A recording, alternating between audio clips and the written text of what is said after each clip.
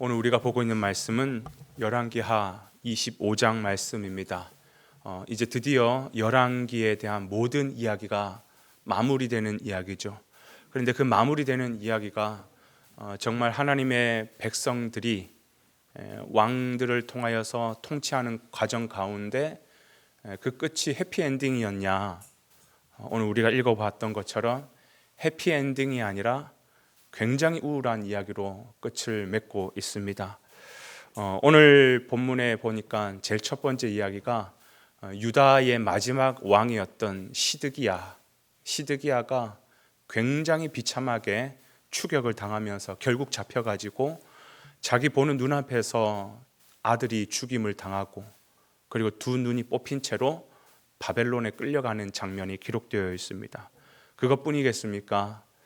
예루살렘 성이 완전히 무너져가지고 그 안에 살던 백성들은 다 쫓겨나고 도망가고 죽임을 당하고 뿐만 아니라 그 성 안에 있는 하나님의 귀한 성전, 그 성전도 다 무너지게 되죠. 결국 성전 안에 있는 은, 금, 성전 기물들 다 빼앗겨 갑니다. 뿐만 아니라 그 성 안에 살던 이스라엘 백성들, 예루살렘 거민들도 비극을 맞이하게 됩니다. 다 죽거나 쫓겨나거나 아니면 바벨론의 포로로 끌려가거나 거기에서 얼마 남겨진 사람들도 있었는데 그 남겨진 사람들도 결국은 두려움에 사로잡혀가지고 더 이상 여기 살지 못하겠다, 애굽으로 피신 도망가는 이야기. 그리고 포로 중에 이미 있었던 그 여호야긴 왕은 결국 그 남은 평생에 바벨론 땅에서 살아야만 하는 이런 비참한 일들이 오늘 우리가 보고 있는 열왕기하 제일 마지막에 나오고 있는 것입니다. 이건 무엇을 의미하느냐? 하나님의 완전한 심판을 우리에게 보여주고 있는 것입니다. 왜 그럴까? 하나님은 왜 이렇게 분명히 사랑하는 자식이지만 그 자식을 왜 이렇게 심판하실까? 우리는 이 하나님의 아주 무서운 심판 앞에서 기억해야 될 것이 있습니다. 첫 번째는 뭐냐? 모든 역사는 우리 인간의 힘에 의해서 만들어지는 것이 아니라 철저하게 하나님의 섭리와 하나님의 주관에 의해서 이루어진다라는 사실을 깨달아야 된다는 것입니다. 사람이 아무리 하나님을 벗어나서 자기 마음대로 세상을 주관하려고 해도 하나님이 역사하십니다. 하나님이. 인간의 힘이 아무리 강하고 출중하고 뛰어나다 할지라도 역사를 주관하시는 분은 하나님이십니다.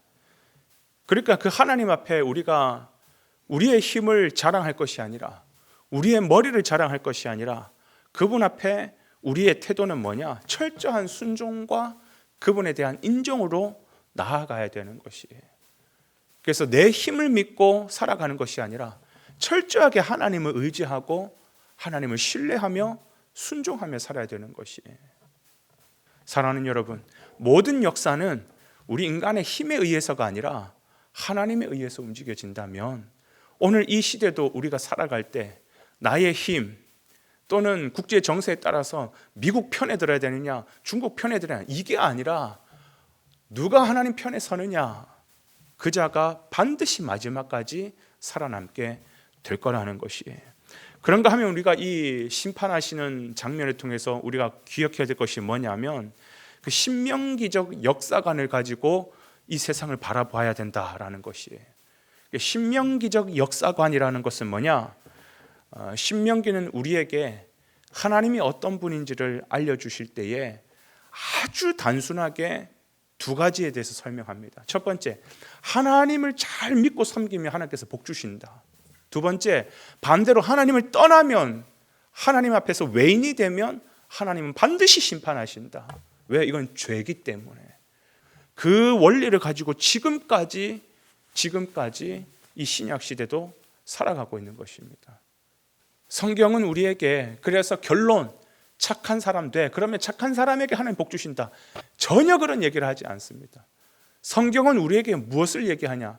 우리는 착한 사람이 될 수 없다라는 거예요. 그러니 의인이 될 수 있는 유일한 방법은 뭐냐? 하나님 편에 서는 것이에요. 그래서 하나님 편에 서서 하나님의 의를 의지하여 바로 우리는 의인이 된다. 그러니 하나님 편의 사람들은 하나님께서 복 주시지만 하나님 편에 서지 못한 자는 아무리 자기가 착하게 살고 의롭게 행동하고 자기가 이 땅에서 덕을 쌓고 선을 행한다 할지라도 하나님 편에 서지 않는 것은 결국 죄인인 것이에요. 그러니 여러분, 오늘 이스라엘 백성들 한번 보십시오. 태생적으로 그들은 하나님의 백성이라는 그런 히브리적 민족을 가지고 태어났지만 결국 그들은 하나님을 떠났기 때문에 외인이 되는 것입니다. 하나님께서 심판하시는 것이죠. 하나님은 그들이 한번 떠났다고 해서 바로 심판하지 않으셨어요. 왜? 사랑하는 자녀이기 때문에 돌아오라고 계속해서 하나님 말씀하십니다. 선지자를 보내서 또 하나님의 말씀을 통해서 계속해서 돌아오라고, 다시 너희가 있어야 될 자리는 하나님 편에 서는 자리라고, 돌아오라고 계속해서 말씀하십니다.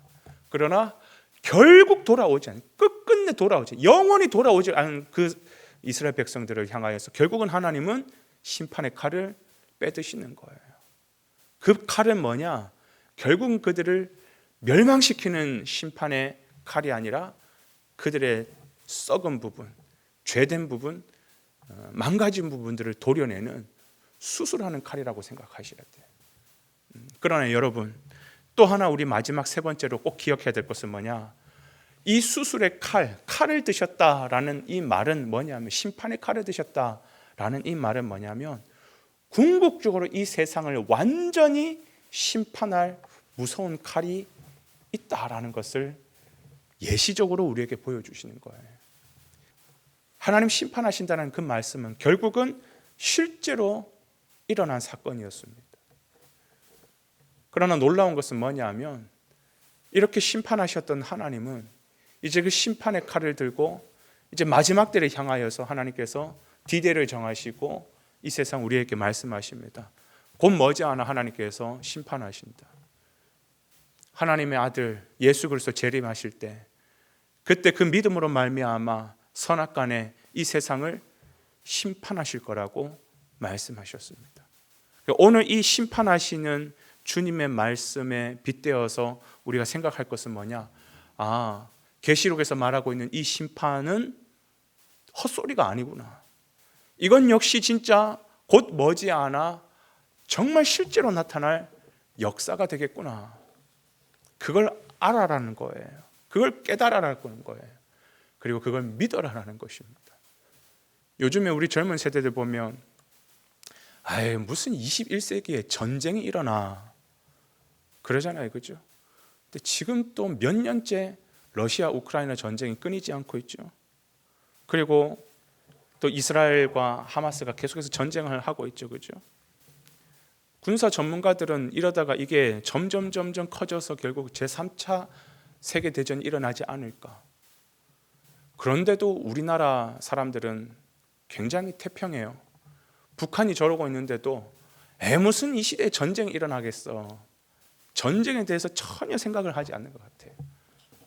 그러나 실제로 지금 전쟁이 일어나고 있잖아요. 그렇죠? 여러분, 하나님께서 심판하시겠다고 말씀하셨습니다.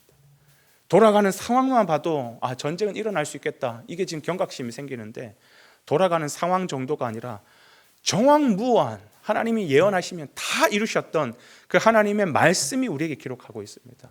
곧 심판이 올 거다. 곧 마지막 때가 올 거다. 깨어 기도하라.